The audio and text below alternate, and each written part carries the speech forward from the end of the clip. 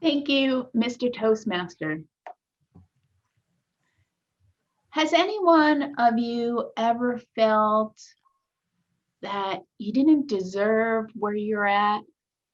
Maybe you didn't have all the skills you needed? It relates to confidence. In my younger years, I used to have a lot of confidence. I put in a lot of time learning skills at work, and when I knew them, I had no problem discussing and was confident, even if I thought I knew. Such as the time I argued with my good friend and husband that sharks are not fish. My degree in biology, I thought I knew because they do have a cartilaginous skeleton. It is not made out of bone like regular fish.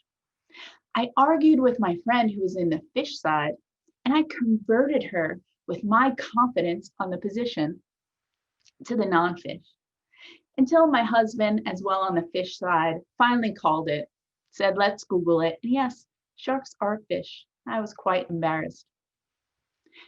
Today, I'm going to go over with you what imposter syndrome is, how you can recognize it, and why it's important to move forward through that uncomfortableness.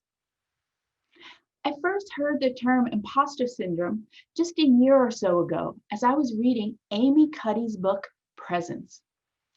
Amy Cuddy is a social psychologist, and she's also well known for her TED Talk on power poses. I came across this definition in her book, and it resonated with me. Imposter syndrome is a deep and often paralyzing fear that you have been given something that you did not earn, that you don't deserve, and you will eventually be exposed. I'm bringing this up now as I've moved on to a new role at work. It's an excellent opportunity. I work in technology and I've transferred from, say, if we relate this to automobiles, our general infrastructure highway in the country versus I now work in the cloud, and you can think of it as a futuristic Jetsons streaming across the sky. There's a lot of opportunity and it's very interesting. However, I find myself getting uncomfortable at times. What is imposter syndrome for me? Well, I first recognize it with that uncomfortableness in my body. The shoulders start shrinking. I might hunch over a bit. My heart's beating faster. Palms may be cold. And then there's that inner voice, because the inner voice thinks it always knows. You need to do more. You should know this already.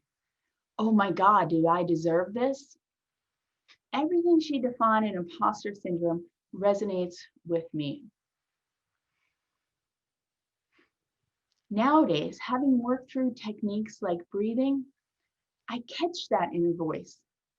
Years ago, I would have let it lead me to a path of doing more work, preparing more, and answering it. Nowadays, I'm get comfortable with being uncomfortable. Why?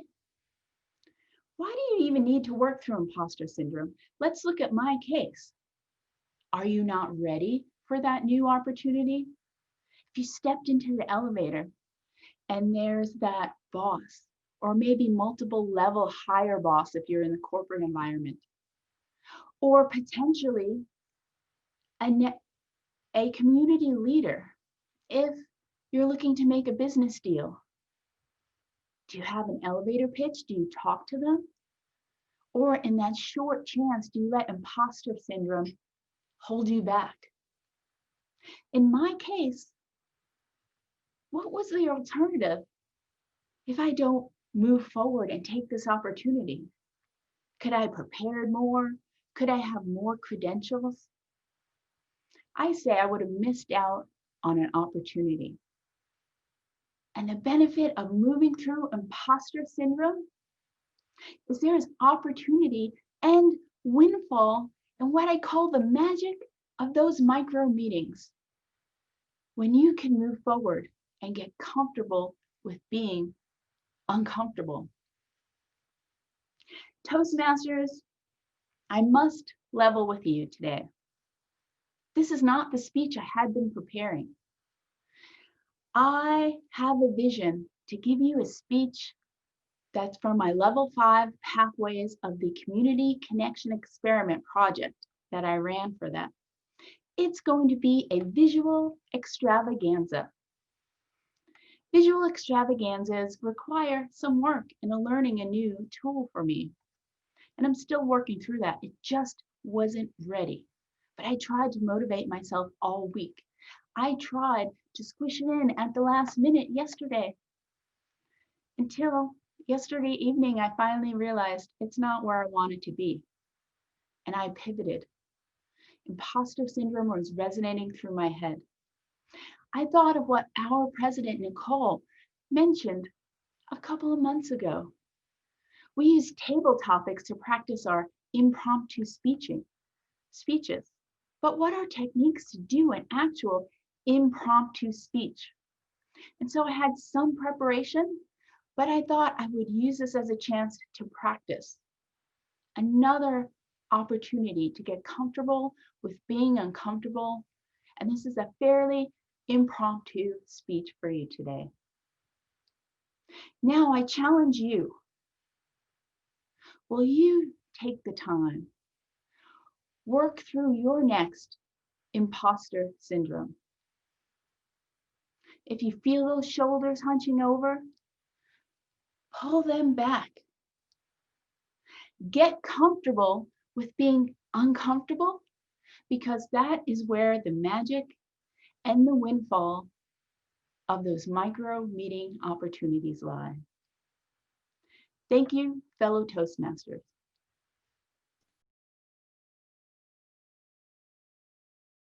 Good morning, everyone. Today we heard from Gail. Gail, I always enjoy your speeches. And today's speech was about imposter syndrome, which I wrote a lot of notes. The thing I really enjoyed from the very beginning is your eye contact. Something we've been learning a lot in this virtual space is how to connect with the audience, despite the fact that we're virtual. And you have mastered this. Every time you looked up, you were right into the camera. And once you've done it and you understand how difficult it is to get distracted by what's on your screen and to look into the camera, you did awesome. The other thing I really enjoyed about how you delivered your speech is you lean in. There's this way that you speak to the camera that I really, really took note on. And it was specifically the leaning in that you do when you're talking. And I feel like you use it as a way of adding vocal variety to your speech. Because I didn't feel like you had huge ranges.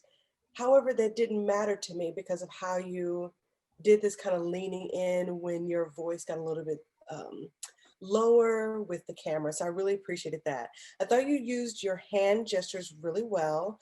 There were a couple times where you were talking about something going across the sky. You were giving a description of a cloud and I could actually see the cloud. And you used your hand to kind of motion across the screen. So I thought that was great. In terms of opportunities for growth, I thought there were some spaces where the hand gestures you used could have been a bit bigger.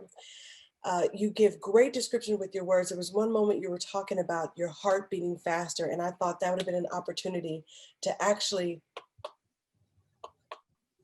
and create the verbal pause around it and give the audience the opportunity to catch up with the fact of what the description you were building. So that would be the only space I would say you could create some pauses for effect.